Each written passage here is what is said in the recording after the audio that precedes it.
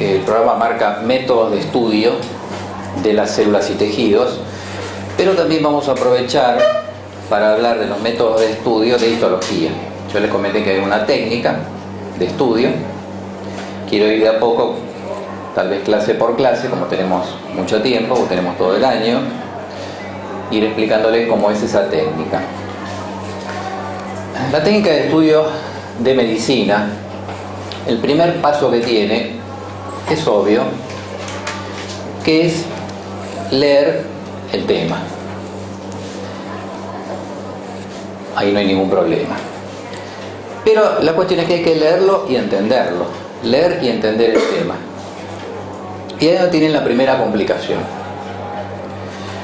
Y es que no sé si ustedes le dijeron, pero la medicina se habla en un idioma internacional que no es el idioma local. No se habla, la medicina no se habla en español, ni en portugués, ni en inglés. La medicina tiene su propio idioma. El idioma médico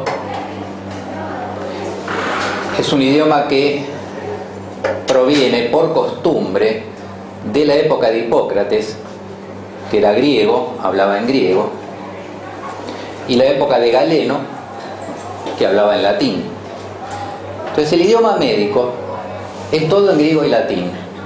No importa en qué país del mundo estén, el idioma médico se entiende casi fácilmente en cualquier idioma, porque es todo en griego y latín. Entonces, el primer paso que yo les propongo para aprender a estudiar medicina es que entiendan el idioma médico. Y el idioma médico hay que estudiarlo. Esto no significa que vayan a tener que estudiar griego y latín. Sí significa que van a tener que estudiar ciertas cosas de griego y latín, que en otras épocas se daban en el colegio. A mí en el colegio secundario me dieron latín. Ahora ya no se usa más. Pero en ciertas profesiones, como medicina, sirve. Es una costumbre. Por ejemplo, ustedes van a leer esta frase. En algún momento la habrán leído tal vez en primer año esta frase, la van a ver ahora en segundo año en histología. Esto es una frase clave para embriología, para la materia de embriología. Tal vez en la primera clase ya la vieron. La van a encontrar en cualquier libro. La ontogenia recapitula a la filogenia. Esa frase es el enunciado de lo que se llama la ley biogenética fundamental de Haeckel. La leemos, pero ¿la entendemos? ¿Entienden qué quiere decir esa frase? No, seguramente no la entienden. Ahí tenemos dos caminos. Puedo preguntarle a alguien que la entienda, que me diga qué significa, o puedo hacer lo que corresponde, que es empezar yo a aprender griego y latín para poder entender lo que significa, porque la frase está casi enteramente en latín. Si yo sé un poquito de griego y latín, que yo les voy a ir enseñando durante todo el año, ustedes tienen que ir aprendiendo. Sin saber medicina, solamente sabiendo un poquitito de griego y latín, yo sé lo que dice esta frase. Ley biogenética. Bio, vida. Genética viene de génesis, origen. Ley del origen de la vida. Es una ley enunciada por el padre de la embriología, el que inventó la embriología, que fue Ernest Haeckel. Pero en lugar de ley biogenética, lo podemos traducir del idioma médico al español, ley del origen de la vida. Estoy traduciendo. La ley dice, la ontogenia recapitula a la filogenia. Ontogenia. Onto quiere decir ser, en latín, ser, persona, o animal, un ser vivo, onto. Genia, origen, igual que genética. Génesis, origen. El origen de un ser vivo recapitula. Recapitular quiere decir repasar. A la filogenia. Filo quiere decir especie en latín. Génesis, origen, o sea, origen de las especies. Entonces, traducido del idioma médico, en el cual hablamos todos los médicos del mundo, al idioma, en este caso español o castellano, acá dice que el origen de los seres vivos es un repaso del origen de las especies. Solamente traduciendo, sin estudiar. Por eso ya tengo la respuesta. Si me preguntan qué significa esta ley, yo la explico. Sin saber. Ahora, después sí puedo ir ya a analizar esa ley. Entonces, el primer punto para estudiar medicina es hablar el idioma médico. Es una cosa obvia, pero sin embargo no se los explican, tal vez no se los enseñan. Y ustedes tal vez tampoco lo aprenden. Sabiendo ustedes el idioma médico, pueden contestar preguntas de histología sin tener que estudiarlas, porque la palabra se los dice. Es muy fácil el idioma médico. Son palabras de griego y latín que hay que mezclar. Cuando un médico descubre algo, está obligado por la tradición médica a ponerle el nombre en griego o latín. No se le pone el nombre ni en inglés, ni en castellano, ni en árabe. Se pone en griego y latín. Costumbres. Entonces yo simplemente lo que les digo que ustedes, cuando decimos leer y entender, significa entender palabra por palabra. Muchas veces el estudiante no entiende esa palabra y ¿qué hace? La saltea, no importa. O aprende de memoria esta frase y la repite sin saber lo que está diciendo, que es muy común, que me repiten la frase y cuando le pregunto qué quiere decir no me lo saben explicar. Y muchas veces cosas totalmente obvias no las pueden explicar. Por ejemplo, esta ley es obvia. El origen de un ser vivo, por ejemplo el humano, que ustedes van a estudiar en embriología, o sea, el embarazo de 9 meses, el origen de un ser vivo, es un repaso del origen de las especies. Ya, sabiendo eso en idioma español, podemos interpretar esa frase. ¿Qué significa? Que en la panza de la madre, un bebé, en esos 9 meses, pasa por las mismas etapas por las que pasaron las especies en su evolución sobre la Tierra. Es así que un embrión, al comienzo es un pez, vive en el líquido amniótico, tiene branquias, aletas. Después es un anfibio, le sale la cola, empieza a tener corazón de anfibio, peces anfibios. Después vinieron los reptiles, pasa a tener un corazón de reptil. Después vinieron las aves, ya van a ver cómo tiene órganos de ave. La cloaca del embrión es un órgano de un ave. Y recién después, al final, se transforma en mamífero. Entonces, esto significa que el origen de un ser vivo en la panza de la madre es un repaso de la evolución de las especies. Y eso lo van a comprobar todo el año en embriología. Y van a ver cómo en la panza de la mamá, primero parece un pez, después un anfibio, después un reptil, después un ave, después un mamífero. Y recién ahí lo van a reconocer como que es un bebé. Si yo les muestro, y abajo en el laboratorio de embriología hay embriones de todas las edades, yo les muestro un embrión de 3 semanas, o tal vez de comienzo de la 4ª, parece un pescadito. Y tiene, ya les digo, branquias, aletas.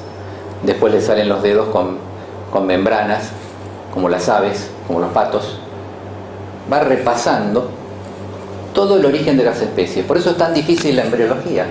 En 9 meses se repite la historia entera de la vida sobre la Tierra. En 9 meses pasa por todo eso. Es increíble, hay que verlo. Realmente es maravilloso. Repite toda la historia. Entonces, primer paso, les decía, para estudiar cualquier materia de medicina es saber el idioma médico. Y para eso tengo que aprender un poquito de griego y latín. ¿Yo qué voy a hacer? Yo les voy a decir todas las palabras en griego y latín que necesitan saber para entender el idioma médico. Y a partir de ahí ustedes tómense la costumbre, cada vez que leen una palabra, de buscar el significado de la palabra en griego y latín. Y saber traducirla al castellano. Porque hay que saber traducir. Voy a ver a la madre de un paciente que está en unidad coronaria.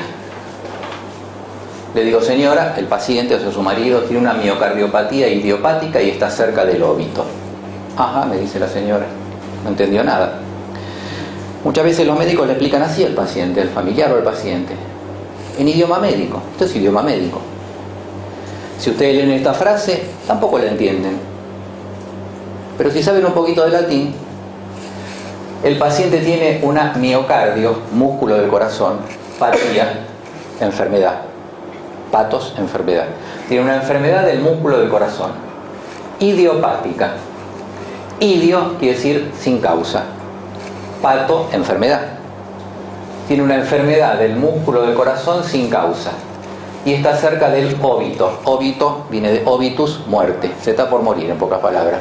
Yo se lo dije a la esposa y ni se enteró. Porque se lo dije en idioma médico. Entonces los médicos tenemos que saber traducir. Al paciente le hablamos en castellano, o en portugués, o en inglés, o en francés. Y entre nosotros hablamos en idioma médico. Dos médicos se entienden perfectamente y dos médicos podemos hablar delante del paciente sin que el paciente entienda una sola palabra. Le podemos hablar en castellano delante del paciente y el paciente no entiende una sola palabra. Le podemos decir que se está muriendo y el paciente ni la familia entienden nada. ¿Comprenden? Entonces el primer paso fundamental para estudiar cualquier materia que se les vaya haciendo cada vez más fácil es aprender el idioma médico. Es muy obvio, pero nunca se los dicen.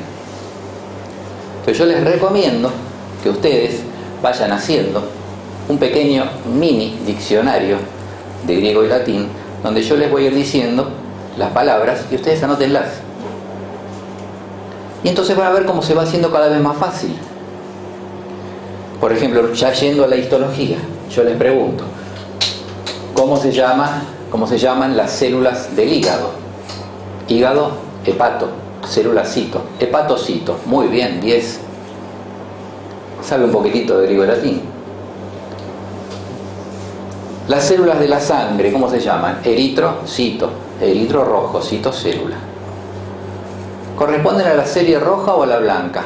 Eritro, roja, es la serie roja. ¿Y cuál es la célula que origina al eritrocito? En latín, precursor se dice blasto. Entonces la célula precursora es el eritroblasto. Y la célula del cartílago, en latín, cartílago condro. Condrocito, doctor. Y el precursor, condroblasto. Y la del hueso, osteocito. El precursor, osteoblasto. No sabe nada de histología. Sabe un poquito de griego y latín. Y le pongo un 10. ¿Entendió? Yo voy a evaluar mucho, todos los profesores vamos a evaluar mucho si saben hablar en idioma médico. Porque no puede pasar que les pregunto cómo se llama la célula del cartílago y me dicen osteocito. Ahí me están indicando que no saben idioma médico. Osteo quiere decir hueso. Entonces, es más importante para mí que sepan idioma médico, más importante que sepan detalles de la histología, insignificantes. ¿Correcto? Así que yo tengo la costumbre de decirles el significado de las palabras en griego y latín. Y ustedes tienen que acostumbrarse a anotarlo. Y van a ver cómo todo empieza a despejarse, cómo se empieza a aclarar el lenguaje médico, cómo empezamos a entender. Y cómo cuando van pasando los años, uno va acumulando cada vez más palabras en griego y latín, y llega un momento que entiende las materias mucho más fácil, porque simplemente está leyendo ya el significado de la palabra. Perfecto, muy bien. Ese entonces es el primer paso del método de estudio que yo les quiero enseñar. Primer paso es muy simple, entender. Dicho así, es obvio, pero entender en serio cada palabra, qué significa, sin necesidad de ir a un libro de medicina a estudiarlo. Eso es muy útil, les va a pasar permanentemente. Vamos ahora entonces al tema que nos ocupa de hoy, que es el método de estudio de las células y tejidos. Y aquí también vamos a hablar más que de técnicas y de ingeniería de los microscopios, vamos a hablar de la práctica. Yo quiero ir a la cosa práctica. No me interesa que ustedes sepan cómo se fabrica un microscopio, no me interesa que ustedes sepan los tipos de microscopios de investigación que existen. No me interesa que ustedes sepan todo el detalle de cómo se hace un preparado histológico, porque ustedes no lo van a hacer, lo va a hacer la técnica históloga, que es una carrera terciaria, donde estudian cómo se hace el preparado histológico y la técnica históloga me hace el preparado cuando yo se lo pido. Nosotros tenemos un laboratorio en la calle French, muy lindo, de técnica histológica, donde están las profesionales, donde yo les pido que me hagan un preparado histológico. Yo no lo hago más. Cuando era recién recibido los hacíamos nosotros. Después se fueron incorporando estos profesionales, los técnicos histólogos, que lo hacen ellos, el médico no lo hace más. Entonces ya es muy poco lo que tenemos que saber. Y yo les dije en la primera clase que no quiero enseñarles cosas inútiles. Lo mismo con el microscopio. ¿Vamos a fabricar microscopios? ¿Están estudiando ingeniería? No. Quiero que sepan lo que ustedes realmente necesitan del aparato ese del microscopio. El concepto es el siguiente. Van a ver ustedes cuando comiencen ya esta semana con microscopía que al principio les va a costar mucho entender lo que están viendo. Y eso es por un error de concepto. Porque el concepto que tienen en general los alumnos y a veces también los profesores que le transmiten es el concepto de mirar para saber qué estoy viendo. Mirar este preparado histológico y tratar de buscar acá la respuesta de qué es cada cosa. Por ejemplo, ¿qué es esto? Mirar y tratar de buscar acá la respuesta. Eso no funciona. El método para estudiar histología es al revés. Es saber qué estoy buscando y después mirar. Vamos a un ejemplo. El mejor equipo del mundo, la mejor cancha del mundo. ¿Dónde está acá mi hermano? ¿Lo pueden ver a mi hermano? No lo pueden ver. No lo pueden ver, ¿por qué? Porque no lo conocen a mi hermano. Pueden buscar y buscar y buscar, pero no dice una flechita hermano de Kremen. No dice. Es lo mismo que hacen ustedes con los preparados histológicos. Pueden estar una hora mirándolo, pensando que van a encontrar la respuesta en el preparado histológico, y no la van a encontrar. El preparado histológico no les va a decir qué es. Igual que esta foto. Nunca van a saber cuál es mi hermano. Ahora, si yo les digo, vayamos a la teoría. Mi hermano es el único loco en la cancha de Boca que está con una camiseta que no es de Boca. Está con una camiseta blanca con una franja azul en el medio. Ahí es muy fácil. Él ya lo encontró. Acá está mi hermano. Entonces es saber para después buscar acá lo que yo ya sé previamente. ¿Vieron qué sencillo que fue saber cuál es mi hermano? Primero tengo que saber cómo es mi hermano. Y después lo busco. Yendo al preparado histológico, yo les digo que todas las células que ven acá, que tengan el núcleo redondo, son hepatocitos. Y las que tengan el núcleo alargado son macrófagos. Se llaman macrófagos. Macro, grande, fago, comer. Son células que les pregunto a veces, ¿cuál es la función del macrófago, querido alumno? Y no lo sabe. Digo, qué lástima que no sabe un poquitito de griego y latín. Come cosas grandes. Fagocita, cosas grandes. Macrófago. Función del macrófago es obvia. Come cosas grandes. Y yo les digo ahora, ¿dónde hay acá un macrófago? Y ustedes ya saben, son los que tienen núcleo aplastado. Este es un macrófago. ¿Este es un macrófago? No, es una célula hepática, es un hepatocito. Y así con todos los demás. Este, hepatocito, hepatocito, hepatocito, hepatocito. Macrófagos hay menos. Acá puede haber otro macrófago, acá hay otro alargado. Y así es fácil. Entonces, la técnica de estudio para el caso de histología y para cualquier materia viene este segundo punto que les quiero decir, que primero hay que saber la teoría y después la práctica. No se puede de otra manera. Lo mismo con el paciente. Vaya al paciente y auscúltelo. Lo ocultan y no entienden absolutamente nada. No sé, tiene un montón de ruidos, doctor, en el pecho. Claro, no saben cuáles son los ruidos. Ahora, si yo les digo que cuando el paciente, cuando ustedes auscultan, tiene un ruido de como un chorro de vapor que sale fuertemente de una cañería, ya auscultan y dicen, doctor, tiene un soplo el paciente. Primero saben, claro, hay muchos soplos, tendrán que estudiar uno por uno y después van al paciente y lo van a reconocer.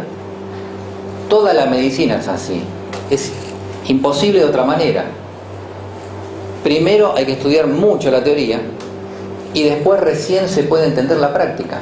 Entonces, un error común de ustedes es ir a la parte práctica sin saber la teoría y no entienden nada en el práctico, porque se la pasan mirando esto esperando que la respuesta venga hacia mí. Y no es así.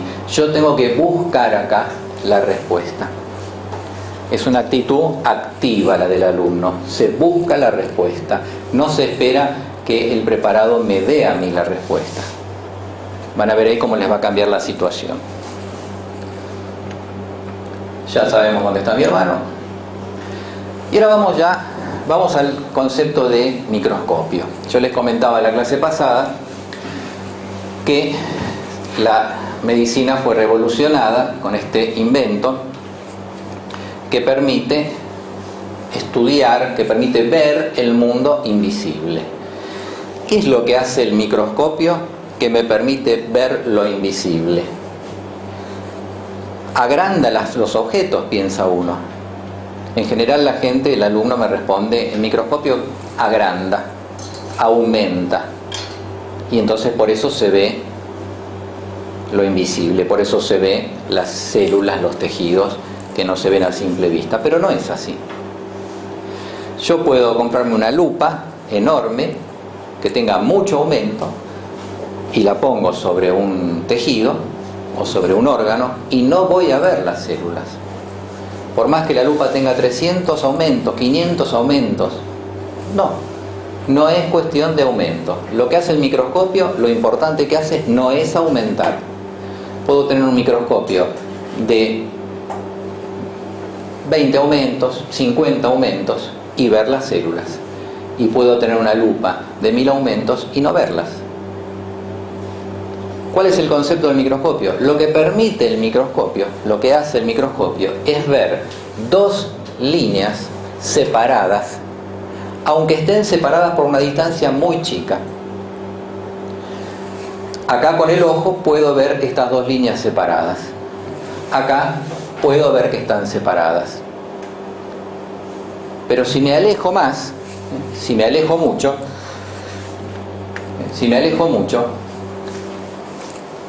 o si yo sigo acercando estas dos líneas, va a llegar un punto en el cual, a la distancia que están ustedes, van a ver que las líneas se tocan. Pero si se ponen bien cerquita, van a ver que no se tocaban, están separadas. Entonces, lo que hace el microscopio es aumentar esa capacidad de ver separadas dos líneas, por más que estén muy cerca. Con el ojo yo puedo ver como separadas dos líneas que estén a 0,1 milímetro. Si las líneas están más cerca que 0,1 milímetro, se ven juntas. Por eso yo me miro la piel y no veo las células, porque están mucho más cerca que 0,1 milímetro. Yo veo toda una cosa continua en la piel. Las células están mucho más cerca que 0,1 milímetro y no veo las células porque son más chicas que 0,1 milímetro. El microscopio lo que hace es mejorar esa capacidad y me permite ver células que estén a 0,2 micrones de distancia. 0,2 micrones es mucho menos. Entonces yo con el microscopio miro la piel y veo las células que están separadas a distancias mayores que 0,2 micrones. Y ahí sí las puedo ver. Y puedo ver el núcleo y puedo ver los distintos componentes de la célula.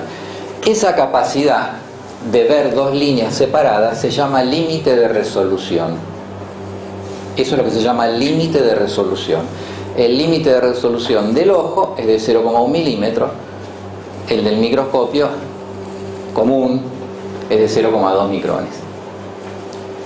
Entonces no importa tanto el aumento, importa el límite de resolución. Cuanto más bajo es el límite de resolución, es mejor el microscopio. Cuanto más bajo. Porque si yo tengo un microscopio mejor, voy a poder ver dos líneas separadas tal vez por 0,1 micrón, menos que 0,2. Cuanto más bajo el límite de resolución, quiere decir que puedo ver líneas separadas por espacios todavía más chicos. Así que hay una relación inversamente proporcional entre lo que se llama el poder de un microscopio y el límite de resolución. Ese fue el gran invento. Eso se logró jugando, según dicen los historiadores, fue jugando con dos lupas, poniendo una lupa y de casualidad poniendo otra más, hasta que se dieron cuenta que una lupa frente a la otra produce ese efecto de bajar el límite de resolución. Y por eso el microscopio tiene dos lentes, un lente objetivo y un lente ocular, son las dos lupas. Y eso es el microscopio, un tubo con dos lentes, una en cada extremo. Ese es el microscopio. De ahí en más, todo el resto son chiches, son cosas que se ponen para mejorar la práctica, para que sea más práctico usarlo, pero es un tubo con dos lentes. Y el efecto que produce es disminuir el límite de resolución. Perfecto, los primeros microscopistas entonces que inventaron esta lente doble, que por eso se llama microscopio óptico compuesto, porque son dos lentes. Estos primeros microscopistas, como expliqué también en la clase anterior, lo usaban para mirar objetos y verlos más grandes. Si yo pongo o miro con ese microscopio un mosquito, lo voy a ver más grande. No voy a ver las células, voy a ver el mosquito más grande. ¿Por qué? Porque el principio del funcionamiento del microscopio tiene un problema muy serio. El microscopio es un artefacto muy primitivo, tiene 500 años. Casi no hay muchas cosas en medicina, no hay muchos aparatos que se sigan usando desde hace 500 años prácticamente sin cambios. Instrumental médico de 500 años de antigüedad. Y el microscopio sigue usándose y sigue siendo una pieza fundamental. Yo con un microscopio no solamente se descubrió todo lo que sabemos, sino que yo le digo a un paciente que tiene un cáncer o que tiene un tumor benigno. Lo miro con el microscopio de 500 años de antigüedad. Y con eso voy a saber si es maligno o benigno el tumor. O sea, fíjense la magnitud de lo que descubrió Liebenheck. Inventó un aparato que hace 500 años que no lo pueden mejorar por otro. Grandioso el invento de él. Pero tiene muchos problemas. Es muy primitivo. Es muy poco lo que podemos saber con el microscopio. Estamos esperando otra cosa. ¿Por qué? Porque el microscopio tiene un gran problema. Que el objeto, que sería esto naranja, el objeto que yo tengo que ver, la única forma de verlo con el microscopio es que la luz lo atraviese. No se ha podido solucionar ese problema todavía. La luz lo tiene que atravesar. Entonces, si yo pongo acá este objeto, si es una piedra, no la puedo ver con el microscopio. Si es una hoja de una planta, no la puedo ver con el microscopio. Si pongo la mano en el microscopio, cuando vayan al laboratorio ponen la mano, miran y no se ve nada, se ve negro, porque la luz no atraviesa. Esto es un problema que no se ha podido solucionar en 500 años. La luz tiene que atravesar el objeto para que se pueda ver con el microscopio. Entonces, hay todo un método, que es el que se llama método de estudio, técnica histológica, que es la que se debe hacer para poder mirar con el microscopio un objeto. Y es una técnica también muy primitiva, que se hace prácticamente igual que hace 500 años. Como yo les decía, un principio básico del estudio de la medicina es leer y entender palabra por palabra en idioma médico. Un segundo concepto fundamental para estudiar medicina, hablo de cualquier materia, ya dije un concepto básico, espero que lo vayan tomando esto porque ahí van a ver cómo les va a ir fácil y bien. Un segundo concepto, que ese es más difícil, es que hay que entender la lógica de las cosas. En el cuerpo humano todo tiene una lógica, todo tiene un sentido, una explicación. Todo es perfectamente razonable. Todo tiene un porqué. No hay nada que sea de casualidad. Todo lo que vean a lo largo de este año de histología, de anatomía, de embriología, de genética, todo tiene una explicación. Nada es porque sí. Entonces, el segundo paso importante en el estudio de una materia es entender el porqué de las cosas. Cada cosa que estudio, tengo que saber por qué es así. Si no, es estudiar también sin entender.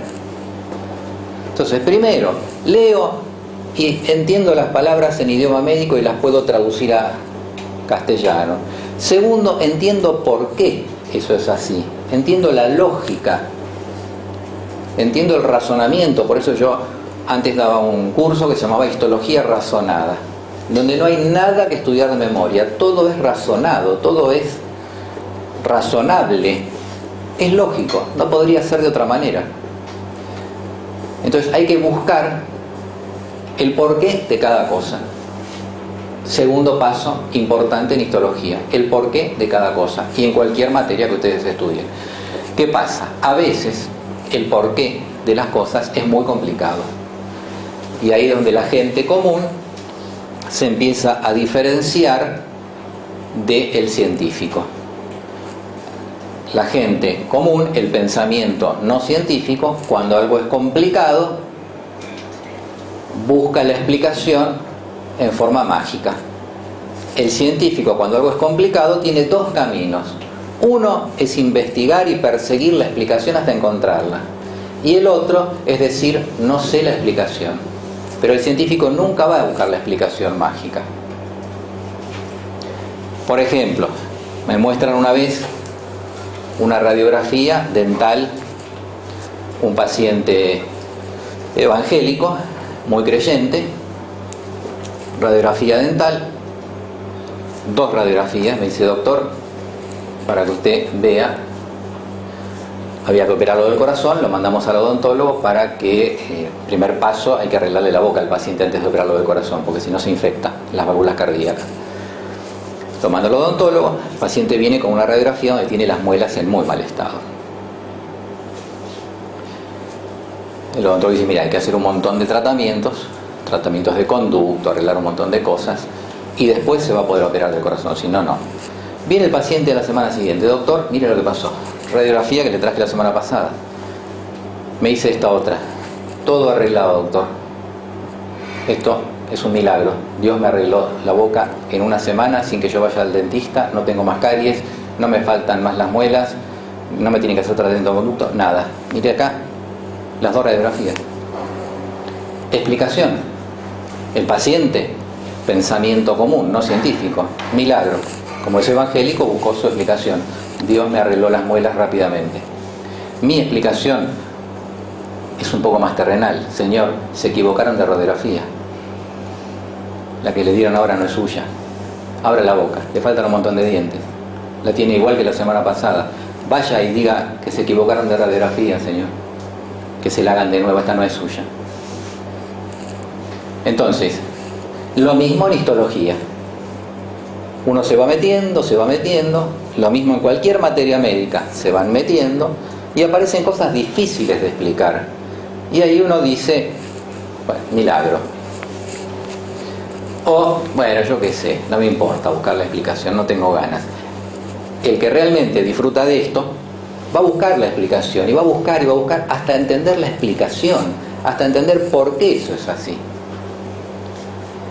Entonces ahí tienen un segundo paso. Yo les decía que el método de estudio no es milagroso precisamente, al revés. Es algo totalmente científico y totalmente razonado. Fíjense que son dos cosas que normalmente el estudiante de medicina actual no las hace. Leen las palabras y no las entienden porque no saben que hay un idioma médico. No sé si ustedes alguna vez le dijeron que médicos hablamos de esta manera, griego y latín. Y tampoco buscan la explicación de cada cosa. La toman así porque sí. ¿Por qué digo esto? Porque hay una técnica para observar con el microscopio un objeto. Esa técnica la habrán visto en primer año. Tiene 4 pasos que son la fijación, inclusión, corte y coloración. Creo que la han visto. Fijación con formol, inclusión con parafina, corte con el micrótomo, coloración con colorantes. Todos lo sabemos. Ahora, ¿por qué eso es así? Es absolutamente lógico y razonable. Lo mismo con cada celulita que yo les muestre cada clase y con cada dato que yo les dé. Tenemos que buscar el porqué. Me interesa más que sepan el porqué de las cosas antes que saber detalles insignificantes que no sirven para nada y que los distraen del eje de la cuestión. Entender lo básico y por qué es así. Esa técnica, ¿por qué?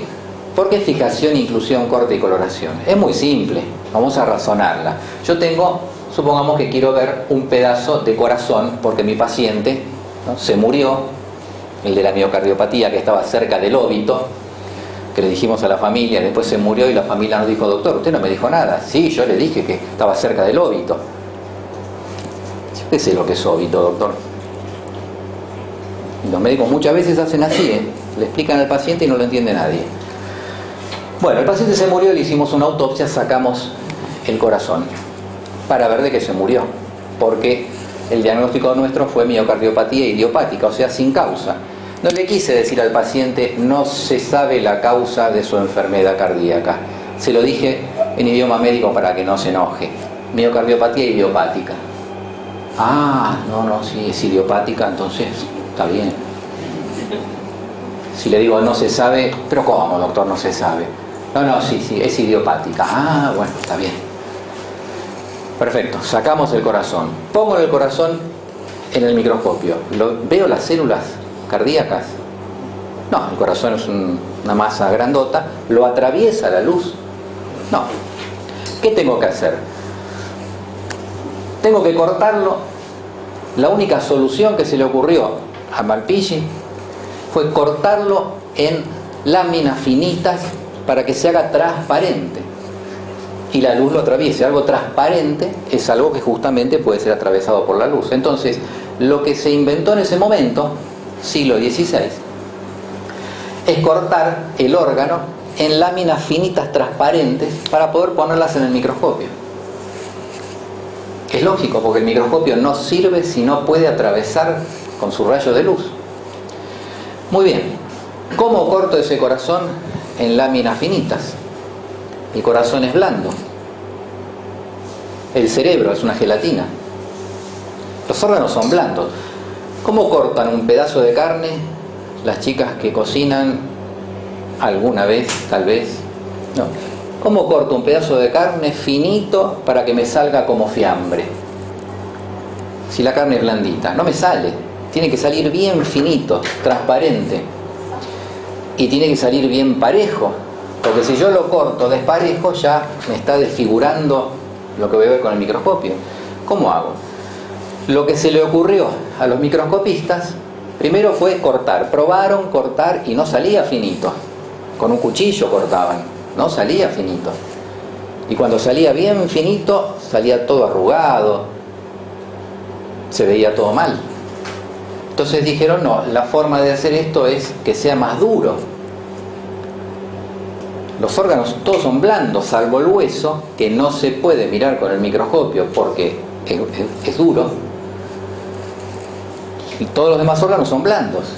Entonces lo que se les ocurrió a los microscopistas, y que seguimos usando hoy en día, es primero endurecer el órgano y después cortarlo. Entonces, antes del corte viene ese endurecimiento, que se puede hacer de muchas formas, pero lo común es hacerlo con parafina. Lo lleno con cera de vela, que es la parafina, o con plástico, ahora se usan los plásticos. Lo meto en un tacho con plástico para que se impregne bien, después lo dejo que se enfríe el plástico y queda duro. Otra forma es congelarlo para que se endurezca. El endurecimiento por congelación también se usa.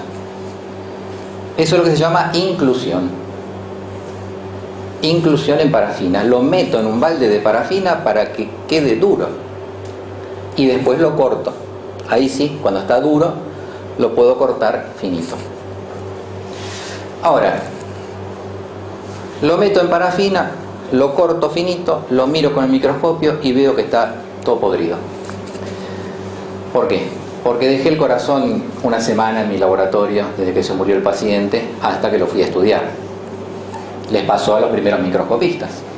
Se veía todo mal, todo podrido. Ahí se dieron cuenta que los tejidos, los órganos se echan a perder, se pudren. Entonces apareció el concepto de fijación. Fijación. Primero hay que fijar el órgano. ¿Fijar qué quiere decir? Evitar que se pudra. Lo puedo fijar con formol, lo puedo fijar con distintos líquidos. No importa, no tiene mucha importancia hoy en día. Hay montones de líquidos, montones de químicos para fijar. El concepto es que la fijación es para que no se pudra. Entonces ahora ya tengo un primer paso que es la fijación, para que no se pudra. Un segundo paso que es la inclusión, para endurecerlo. Así después lo puedo cortar. Lo corto con el micrótomo, en lugar de cortarlo con un cuchillo como antes, se corta hoy en día con un aparato que es el micrótomo. ¿Vamos bien? ¿Se entiende? Es lógico esto. Y después lo pongo en el microscopio, pero me encuentro con un problema. Me encuentro con el mismo problema que la foto de la Bombonera, pero en blanco y negro. Porque los órganos no tienen color. El único color que tienen los órganos es rojo cuando tienen sangre adentro. Si no, no. Todo es gris. Todo lo que se ve es gris. Cuando vean los cadáveres en la morgue, son grises. No tienen más sangre, todo es gris. Si miro con el microscopio y veo todo gris, no voy a poder reconocer nada. Si veo todo gris, no va a ser tan fácil que yo vea esto redondo adentro de esta otra parte que está roja. Voy a ver todo igual de gris. Entonces los microscopistas tuvieron que inventar también hace 500 años el último paso, que es la coloración. Hay que colorear, hay que darle color a esto. Si yo lo pinto todo de azul, tampoco me sirve. Todo de rojo o de verde o de amarillo tampoco me sirve. Se tardó décadas en encontrar algo que sirviera y se inventó los métodos de coloración que se usan actualmente, y que usamos el mismo método que usaba Malpighi para colorear, los mismos colorantes. No ha cambiado prácticamente nada. Y entonces ahí tenemos sí los 4 pasos de la técnica histológica razonados. Es muy sencillo razonarlos. Fijación para que no se pudra, inclusión para que se endurezca, corte para que la luz pueda atravesar ese pedacito de órgano y entonces lo puedo ver con el microscopio, y coloración para poder ver las partes de la célula con distintos colores, si no se ve todo gris. Esto es lo que yo les digo, el proceso de razonamiento lógico. Primer paso, lectura y traducción del idioma médico al español. Segundo paso, razonamiento lógico de este método En definitiva estoy explicando el método de estudio de la medicina, casi no estoy explicando histología.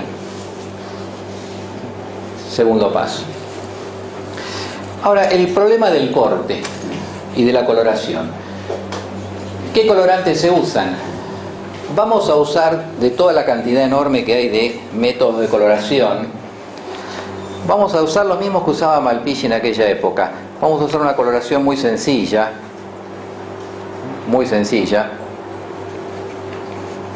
lo que se llama la técnica de rutina, porque hay miles de colorantes, pero literalmente miles.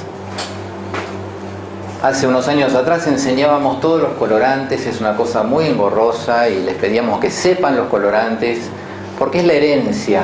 Yo aprendí así histología y después enseñaba histología de la misma manera, les enseñaba todos los colorantes y para qué sirve cada uno y cómo se ve la célula con tal colorante y con tal otro. Ahora ya no lo doy más. No les sirve. Me van a criticar mucho por ahí algunos profesores, pero no veo que sirva que un médico sepa toda la lista de colorantes que hay en histología. Entonces vamos a usar el colorante que ustedes van a ver en el práctico, la realidad, el de todos los días. Se usa una combinación de estos dos colorantes. Con esto alcanza para el 90-95% de los diagnósticos de un patólogo, los hace con estos colorantes, no necesita mucho más. Vamos a usar dos colorantes, la hematoxilina, que es un colorante azul y que tiene un pH básico. Es un líquido con un pH básico y se llama hematoxilina. Y la eosina, que es un colorante, un líquido rojo y tiene un pH ácido. Esta es la técnica de rutina o técnica de hematoxilina y eosina.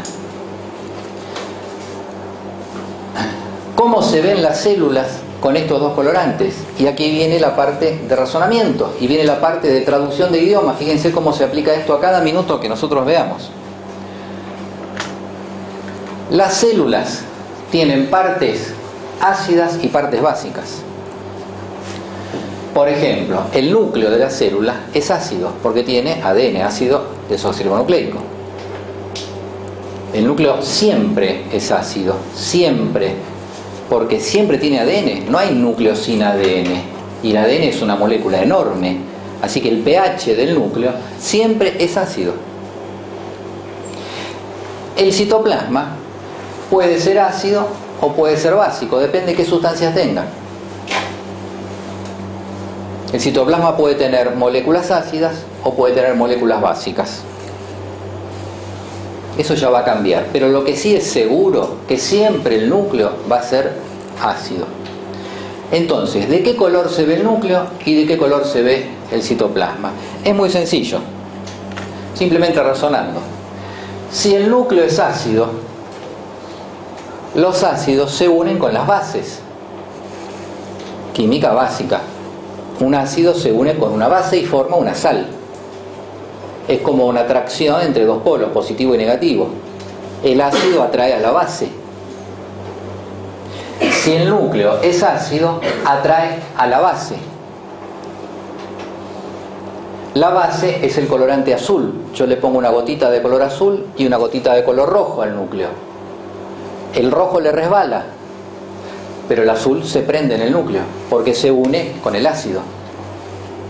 Entonces el núcleo siempre se va a ver azul. A lo largo de todo el año vamos a ver siempre los núcleos azules. La forma de denominar a una sustancia o una parte de la célula que se vea azul no es decirle azul. No decimos azul, lo decimos en idioma médico. Decimos que el núcleo es basófilo. Filo quiere decir afinidad. Vaso, base. El núcleo es basófilo. El núcleo tiene afinidad por el colorante básico, o sea la hematoxilina, que es azul. Por eso el núcleo siempre es azul. Entonces tengo el razonamiento y tengo la traducción a idioma médico. ¿Cómo ve el núcleo, señor, en este preparado histológico? Y piensan y piensan y miran y miran. Cuando la respuesta es, no me hace falta mirarlo, doctor, los núcleos siempre son basófilos. Bien, ese alumno sabe, entendió muchas cosas. Una pregunta tonta. pero yo veo que pone el ojo en el microscopio para responder cómo es el núcleo de esta célula, pone el ojo en el microscopio y ya me doy cuenta que el ser humano no sabe. La respuesta, no necesito mirarlo, todos los núcleos son basófilos. ¿Y de qué color se ven? Azules. ¿Y por qué? Porque se unen con la hematoxilina. ¿Y por qué? Porque los núcleos son ácidos. ¿Y por qué? Porque tienen ADN. ¿Entendido histología? Eso es lo que yo quiero.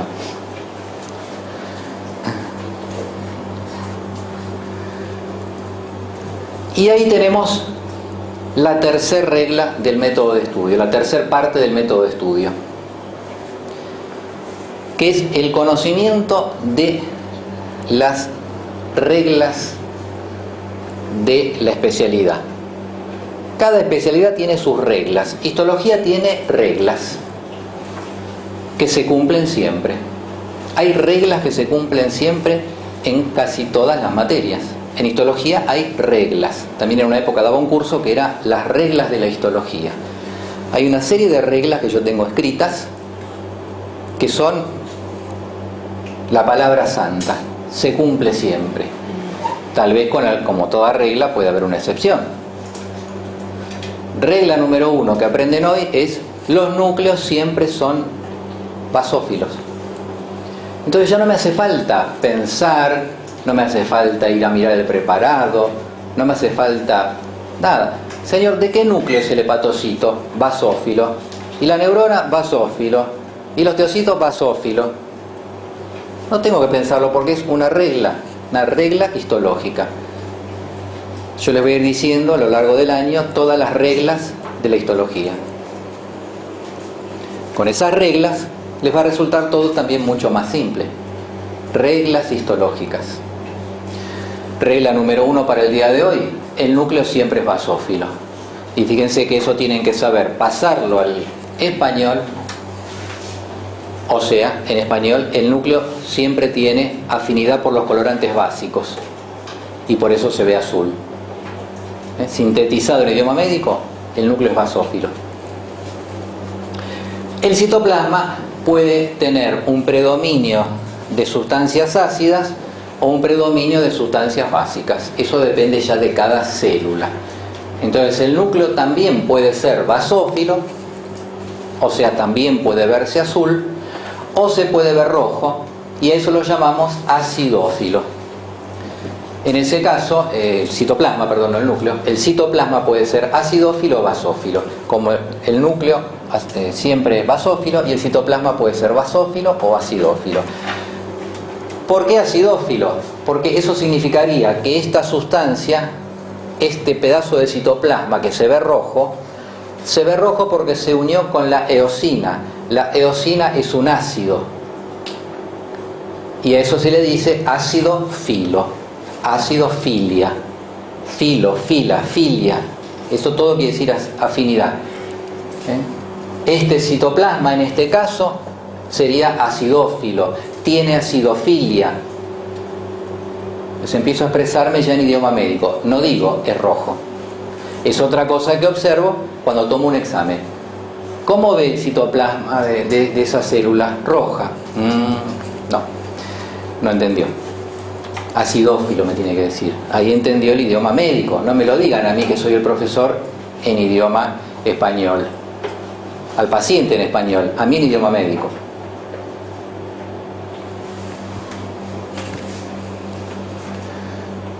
Muy bien. Y acá tenemos ya entonces un poco lo que vimos la semana pasada. Esto lo leen en cualquier libro, los detalles del microscopio. Y como les decía, los primeros microscopios son iguales que los de ahora. Lo que cambió, bueno, se inventó la luz eléctrica. Antes se usaba un espejito. Acá abajo tenemos un museo de microscopios viejos, con espejos, con vela. Hay de todo. El único cambio importante es que se inventó la lamparita. Entonces el microscopio abajo tiene una lamparita. Con respecto a cómo es el microscopio, se lo van a explicar más en el práctico. Ahora tenemos acá entonces el microscopio actual. Este es muy moderno, pero básicamente es lo mismo. Es un tubo. En lugar de que sea derecho, se lo hace ahora inclinado para que sea más fácil sentarse y mirar. Si no, había que mirar parado, costaba mucho. un detalle sin importancia. Acá se pone el objeto y la luz viene de abajo y lo atraviesa. La lamparita está acá, ahora hay espejos, en fin, pero ustedes ven que es todo lo mismo. Es todo lo mismo. Con este instrumento nos venimos manejando bien. Hasta 1961. En el cual no hubo ningún avance en la histología. En 1961, un ingeniero de la empresa alemana Siemens se le ocurre esas ideas brillantes que cambian la historia del mundo. Entonces inventa el microscopio electrónico. El microscopio electrónico no es otro microscopio, no es que inventó otro microscopio, es algo totalmente, radicalmente distinto, y lo inventó solamente razonando. Hizo un gran razonamiento y con eso lo inventó. ¿Cuál fue el razonamiento? Él dijo, estudió, por supuesto, como decía antes, el razonamiento tenemos que apoyarlo con el estudio.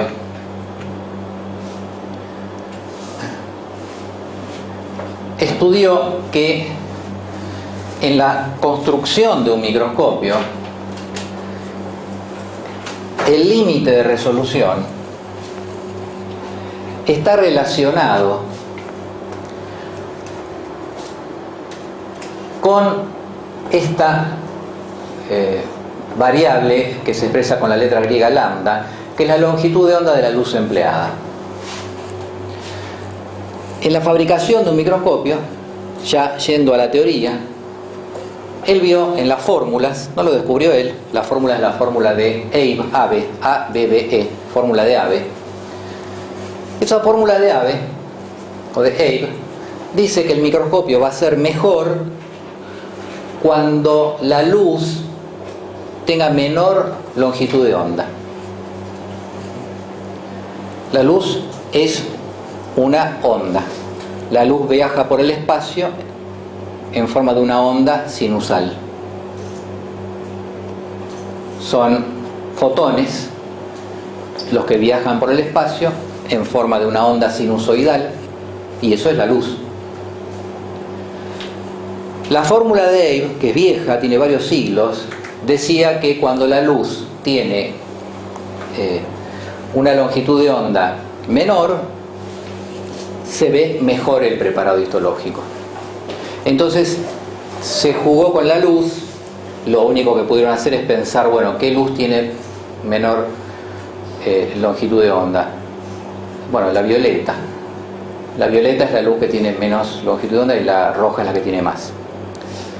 Entonces se inventaron los microscopios de luz violeta, que es simplemente ponerle un filtro, un plástico violeta en la luz y se ve mucho mejor realmente. Por eso los microscopios todos tienen un filtro violeta. Le ponen el violeta y se ve mejor. Y hasta ahí llegaron los microscopistas.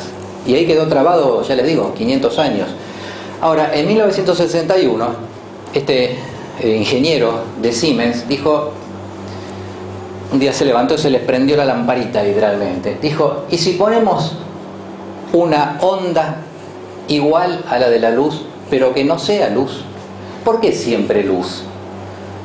Yo les digo que se usa luz, luz. Él dijo, ¿por qué luz? ¿Por qué siempre vienen usando luz? ¿No se dieron cuenta que hay otras cosas que viajan por el espacio con forma de onda sinusoidal y no son luz? Entonces dijo, vamos a probar. Probó con varias cosas. ¿Qué es lo más parecido a la luz? Los electrones. Los electrones viajan por el espacio con forma de una onda sinusoidal.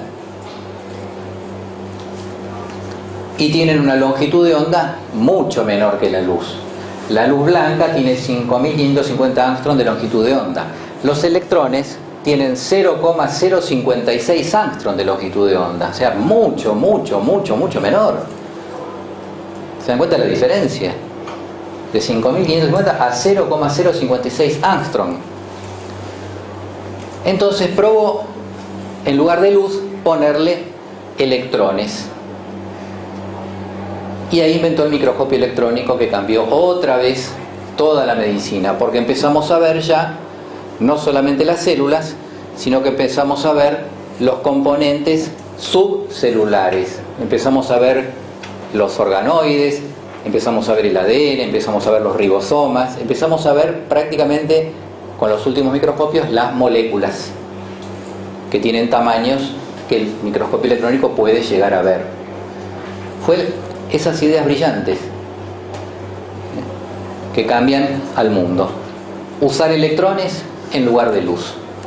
Y ahí fue el gran salto del microscopio, que pasó el microscopio de tener un límite de resolución de 0 a 25 micrones, actualmente puede ver dos líneas separadas por un ángstrom.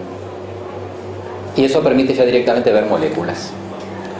Y entonces entramos en la década del 60 en adelante en la histología subcelular y la histología molecular. Y ese es el último invento de la microscopía en toda la historia. No se inventó nada nuevo a nivel de microscopios. Hay variantes que ustedes han visto, el microscopio electrónico de transmisión, el de barrido, pero básicamente el concepto de transmisión no se pudo igualar. El microscopio electrónico de barrido es otra cosa, porque se trató de conseguir un microscopio que no tenga que atravesar el objeto para poder estudiar cosas que sean gruesas, no finitas.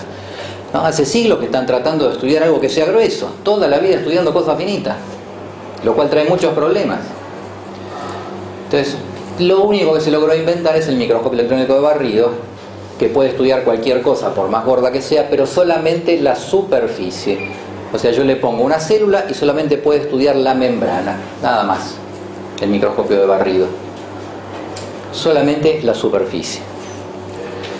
Muy bien, ese es el invento del microscopio electrónico. Con respecto ya a un último tema, a ver si lo puedo localizar acá, es este, el gran problema de la histología. Fíjense qué difícil que es histología, por eso no les gusta, porque yo un tejido lo voy a ver fijado con formol, el formol lo altera. No es lo mismo un tejido sin formol que con formol. Ya tejidos y células las voy a ver siempre alteradas. Nunca vamos a ver cómo es la verdad, no sabemos bien cómo es la realidad del cuerpo humano, porque ya las vemos alteradas por el formol a las células, alteradas por la parafina, cortadas muy finitas y coloreadas artificialmente. Y eso es lo que hay, eso es lo que hay. De todo eso, lo más serio es el corte. Porque si una célula es esférica, yo no la voy a ver nunca esférica. Depende cómo la corte, es como la voy a ver. Si la corto por ahí arriba, veo un círculo chiquitito. Entonces puedo decir, es una célula chica. No, no era una célula chica. Era una célula grande que la corté en el polo. Si la corto un poco más para acá, la veo mediana. Si la corto justo por el medio, la veo bien grande. Y entonces, ¿cómo es la célula? Yo lo que veo es esto. Esto no lo veo nunca. 3D no tenemos. Solamente corte. Entonces yo veo esto. ¿Cómo sé? ¿Es una célula grande, mediana o chica? Si yo no me puedo guiar, tengo que entonces ayudarme de un montón de recursos para poder saber cómo es. Más todavía si es un tubo. Fíjense de cuántas formas distintas puedo ver un tubo. Si lo corto así, lo veo ovalado. Si lo corto así, lo veo redondo. Si lo corto justo ahí, lo veo macizo. Acá lo veo hueco. Corto justo arriba, lo veo macizo. Lo corto justo acá, veo dos agujeros. Lo corto así, veo dos líneas. Lo corto así, veo un rectángulo. ¿Cómo es? Yo con el microscopio voy a ver esto. Un óvalo, un redondel, un círculo lleno, dos círculos, dos líneas, un rectángulo. El tubo no lo voy a ver nunca. Entonces, ¿cómo hago para saber qué es lo que estoy viendo? Y ahí es donde yo les decía la vez pasada. En esta materia hay que tener mucha imaginación. En esta materia hay que ver este óvalo, esto y esto. Y con la imaginación darse cuenta que lo que estaba mirando era esto. Es una materia de imaginación. Entonces, ya terminando, un primer paso era leer y entender y traducir al idioma médico. Un segundo paso era entender el porqué, el razonamiento de por qué cada cosa es como es. Todo tiene su explicación. El tercer paso es imaginarse. La histología requiere mucha imaginación. Hay que imaginarse lo que yo estoy estudiando. Si yo no logro imaginármelo dentro de mi cabeza, no voy a poder entender, no voy a poder explicarlo.